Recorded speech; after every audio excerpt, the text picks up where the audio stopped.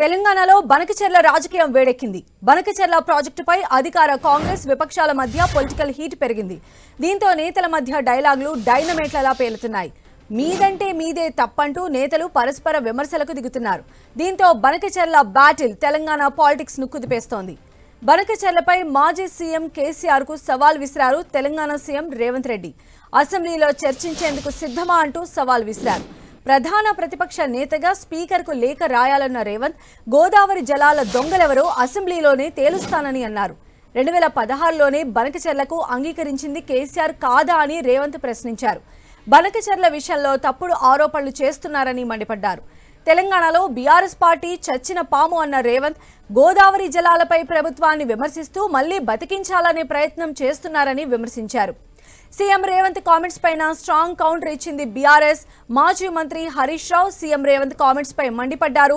బనకచెర్ల ప్రాజెక్టుపై ఏ వేదిక మీదనైనా చర్చించేందుకు సిద్ధమని ప్రకటించారు. సాగునీటి లెక్కలను గణాంకాలతో సహా నిరూపించి తెలంగాణకు జరుగుతున్న మోసాన్ని బట్టబయలు చేస్తామన్నారు. సీఎం రేవంత్ రెడ్డి తమ పార్టీపై పనిగట్టుకుని బురద చల్లే ప్రయత్నం చేస్తున్నారని ట్వీట్ చేశారు.